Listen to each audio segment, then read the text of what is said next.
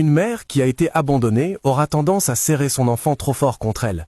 Elle lui apprend à rester toujours près d'elle, à se méfier de toute relation, car au fond d'elle vit une peur de la perte qui ne s'est jamais apaisée.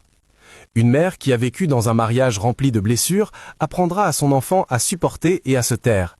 Elle ne lui dit pas explicitement de souffrir, mais par son silence, par ses larmes retenues, elle lui enseigne que la douleur est quelque chose qu'il faut accepter.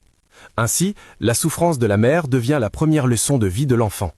Il n'y a pas besoin de cris ni de coups, il suffit d'un regard inquiet, d'un soupir familier ou d'une phrase dite très doucement « Allez, supporte un peu », pour que tout soit calme. L'enfant apprend très vite, il apprend à réprimer ses émotions, à vivre avec prudence, à satisfaire sa mère pour échanger cela contre la paix. À l'extérieur, cet enfant paraît sage, compréhensif, plus mûr que son âge. Mais à l'intérieur, il vit avec la peur constante d'être abandonné, le sentiment de ne jamais être assez bien et l'incapacité d'oser vivre selon ses véritables désirs. Une mère qui n'est pas guérie transmet à son enfant sa propre douleur. Ce n'est que lorsqu'elle ose l'affronter et la guérir qu'elle peut élever son enfant dans la sécurité, la liberté et la paix intérieure.